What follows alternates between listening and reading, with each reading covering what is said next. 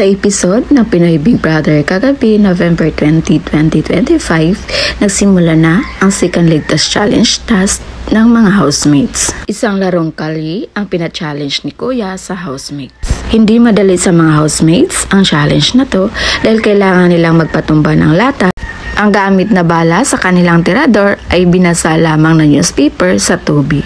Kaya nag-isip ng mga strategy ang bawat grupo at naunang sumabak ang grupo ng Smiling Angels. Sa unang subok ng mga housemates, medyo nahirapan sila hanggang sa unti-unti nilang nagamay ang kanilang ginawa. Unang nakakuha ng 2 puntos ang Smiling Angels sa pamamagitan ni Fred at Clifford. Sumunod na nakakuha din ng 2 puntos ang grupo ni Princess na Strong Willed Fighters. Habang nahirapan naman makapatumba ng lata ang grupo ng Determined Warriors na kina Eliza. Sa huling 15 minutes, persegido pa rin ang mga housemates na madagdagan yung mga natumba nilang lata at hindi ka nabigo dahil ang Smiling Angels nadagdagan sila ng 1.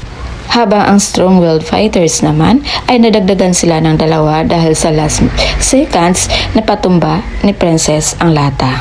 While ang Determined Warriors naman tila nanghina na at nabigo dahil wala pa silang napatumba na lata.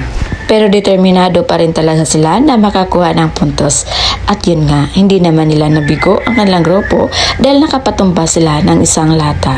Kaya nag-rank 1 sa ligtas challenge na to ang grupo ni na Princess na Strong-Willed Fighters.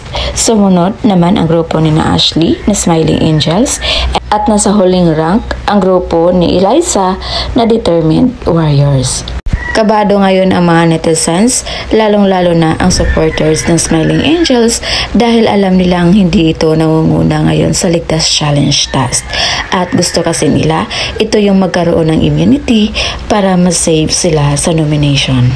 Kaya ayon pa sa kanila, sana sa mga susunod na ligtas challenge task, makabawi ang Smiling Angels. So yun muna yung pa-update natin guys. And again, this is Wills TV. Thank you for watching.